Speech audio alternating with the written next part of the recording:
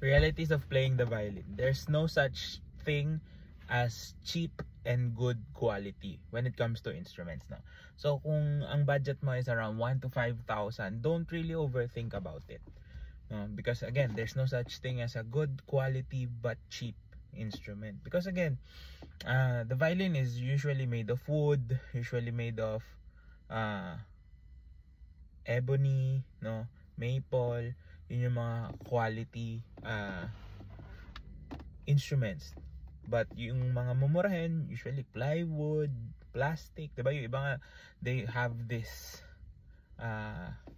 parang palayaw na violin shaped object, which is, I don't really see it like that. Anything that can be played should be considered a violin. So ang ano lang is, a lot of people overthink about brands and quality, when in reality you should only think about playability. Kung natutugtugan ba yung violin na bibili nyo, is the bridge okay, is the pegs easy to turn, are the nut sa taas na maayos ba siya.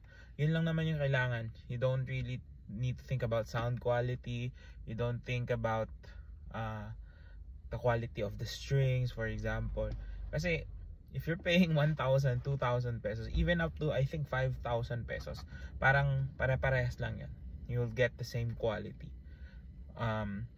It won't really matter in the long run kasi mag-upgrade ka din, no? Let's say 1 to 2 years time. So don't overthink on making that decision. If you want to learn the violin and you have a limited budget, buy the cheapest you can afford, but also take lessons, kasi mas importante ma-develop mo yung skill.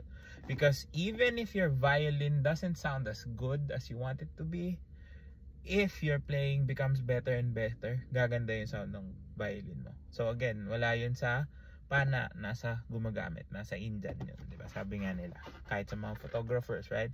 You don't need the latest and greatest camera or something like that. You need to develop your skill.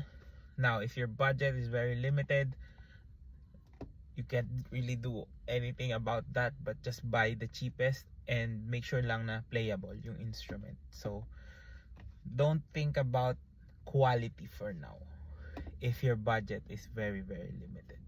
Pero syempre, matututo ka pa rin dapat. As long as it's playable, makakatugtog ka and makapapaganda mo yung sound mo. So follow for more and I'll see you on the next one.